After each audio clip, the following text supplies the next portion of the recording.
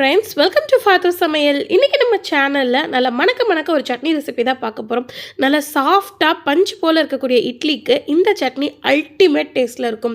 உங்களுக்கு இந்த சட்னி பார்க்குறதுக்கு என்னவோ தேங்காய் சட்னி மாதிரி தான் இருக்கும். ஸோ அப்சல்யூட்லி இது தேங்காய் சட்னி தான். இதில் என்ன டிஃப்ரெண்ட் இருக்குது அப்படின்னு தானே பார்க்குறீங்க.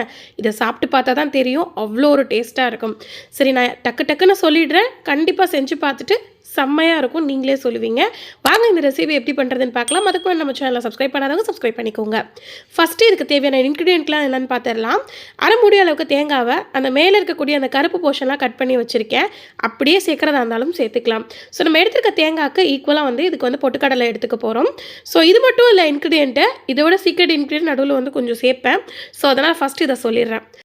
ஒரு இன்ச் சைஸ் அளவுக்கு இஞ்சியை தோல் சீட்டு இந்த மாதிரி சின்ன சின்னதாக கட் பண்ணி வச்சுக்கோங்க. 2 பச்சை மிளகா இதுக்கு கொஞ்சம் கூட வச்சா இன்னுமே நல்லாயிருக்கும்.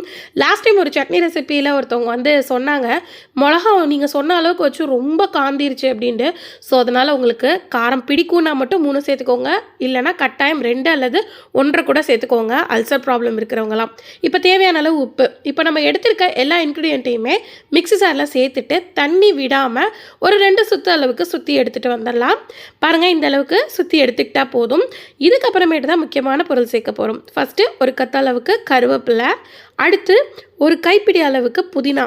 ஸோ புதினா தான் இதுக்கு மெயின் மேஜர் இன்க்ரீடியண்ட். அதோட டேஸ்ட்டே வேறு லெவலில் இருக்கும். அடுத்து புதினாவை விட ரொம்ப கம்மியாக கொத்தமல்லி கொஞ்சமாக ஒரு கால்வாசி அளவுக்கு போட்டால் போதும். ஸோ புதினா தான் ரொம்ப அதிகமாக இருக்கணும். இப்போ இது எல்லாத்தையும் சேர்த்துட்டு ஃபைனலாக ஒரு பிஞ்ச் அளவுக்கு மட்டும் கொஞ்சமாக சீரகத்தை கசக்கி சேர்த்துக்கோங்க. புதினா சேர்க்கும் போது அதோட சீரகம் சேர்க்கும் போது செம்ம ஃப்ளேவராக இருக்கும். இப்போ இது எல்லாத்தையும் இன்னொரு பல்ஸ் பண்ணி எடுத்துகிட்டு வந்துடலாம். இப்போ இந்த அளவுக்கு சுற்றுனதுக்கு அப்புறமேட்டு தேவையான அளவுக்கு தண்ணி கொஞ்சம் தாராளமாகவே விட்டு நல்லா அரைச்சி எடுத்துக்கோங்க. இப்போ அரைச்ச சட்னியை நம்ம ஒரு பவுலுக்கு மாற்றிடலாம்.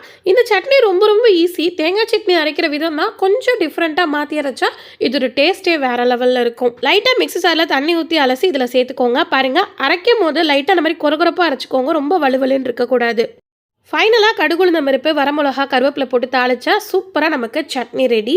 இந்த சட்னி செய்ய ஆரம்பிக்கும் போதே சைட்லேயே இட்லியுமே ஊற்றி வச்சுருந்தா நல்லாவே வெந்து வந்துருச்சு. இந்த இட்லி பார்த்திங்கன்னா உங்களுக்கு கண்டிப்பாக நம்ப மாட்டீங்க, ரேஷன் அரிசி இட்லி தான். ஸோ ரொம்ப சாஃப்டாக வரும். இதுக்கான மெஷர்மெண்ட் ஆல்ரெடி நான் வீடியோவில் ப்ரிப்பேர் பண்ணி போட்டிருக்கேன். உங்களுக்கு வேணும்னா டிஸ்கிரிப்ஷனில் லிங்க் கொடுக்குறேன், மறக்காமல் செக் பண்ணி பாருங்கள். அவ்வளோதான் ஃப்ரெண்ட்ஸ், நல்லா பஞ்சு போல் சாஃப்டாக இருக்கக்கூடிய இந்த சுட இட்லிக்கு இந்த மணக்க சட்னியை கொஞ்சமாக ஊற்றி சர்வ் பண்ணி பாருங்களேன். ஆஹா, அவ்வளோ ஒரு டேஸ்ட்டாக இருக்கும். கட்டாயம் ட்ரை பண்ணி போகிறோங்க. ரொம்ப சிம்பிள் ரெசிபி, ஆனால் டேஸ்ட் வேறு லெவலில் இருக்கும். ஃப்ரெண்ட்ஸ், இந்த ரெசிபி உங்களுக்கு ரொம்ப பிடிச்சிருக்கும் நம்புறேன். வீடியோ பிடிச்சிருந்தா லைக் பண்ணுங்கள், ஷேர் பண்ணுங்கள், மறக்காம நம்ம சேனலை சப்ஸ்கிரைப் பண்ணிக்கோங்க. தேங்க்யூ.